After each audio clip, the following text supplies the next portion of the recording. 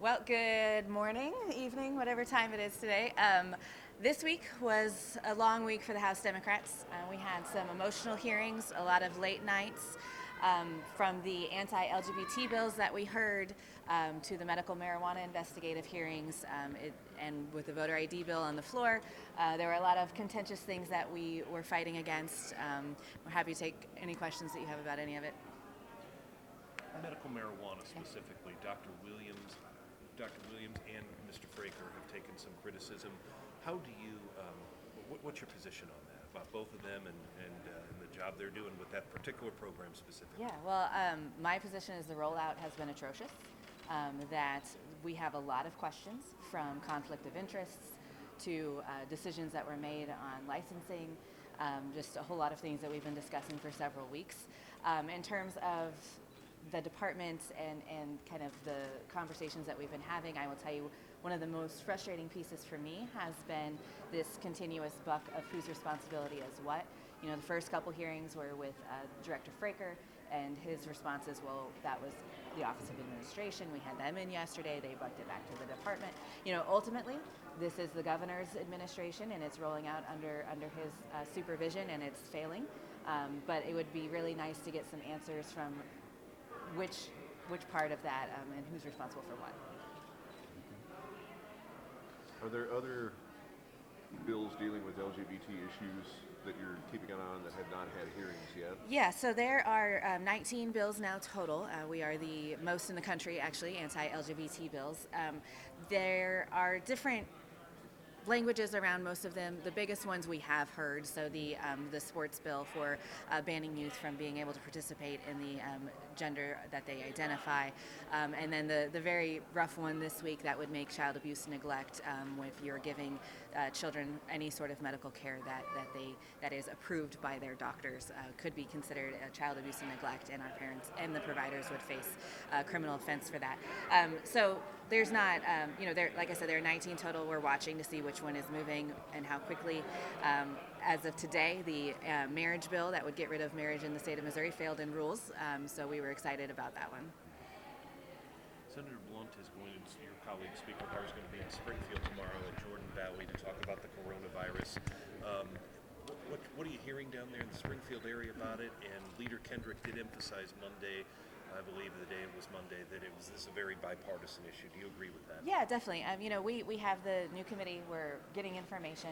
I will say that what I'm hearing on the ground, however, is that the health departments are not getting a lot of feedback from the Parson administration. There's concern about cost, increased staffing. You know, in Greene County, we with Jordan Valley and these great programs that we have, we are better suited than a lot of our smaller communities in terms of being able to handle this influx. And then for me personally, when I'm looking at anywhere from 60 to 100,000 children who've lost their Medicaid coverage, and then this increase of medical care that we're going to need, I have a lot of concern over these kids not going to the doctor when needed, and what that could potentially do to the spread of the virus.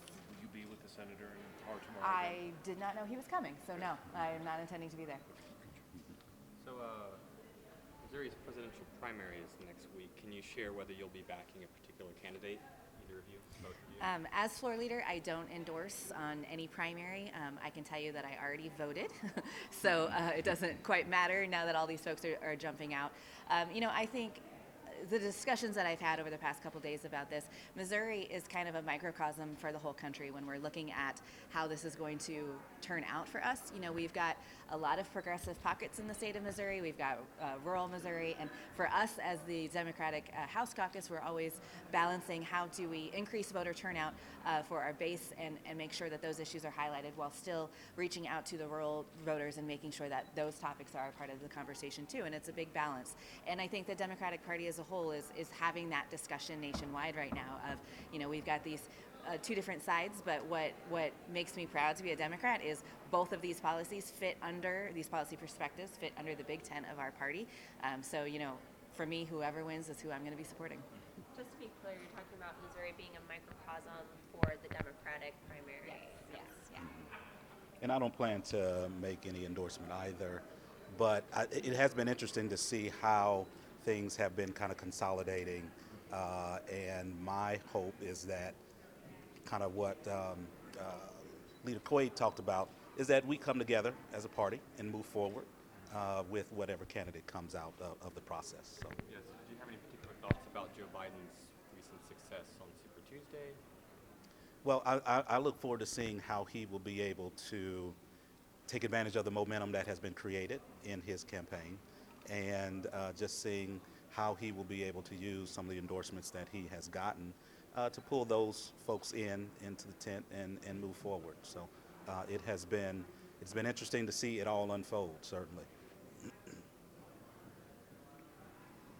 Questions?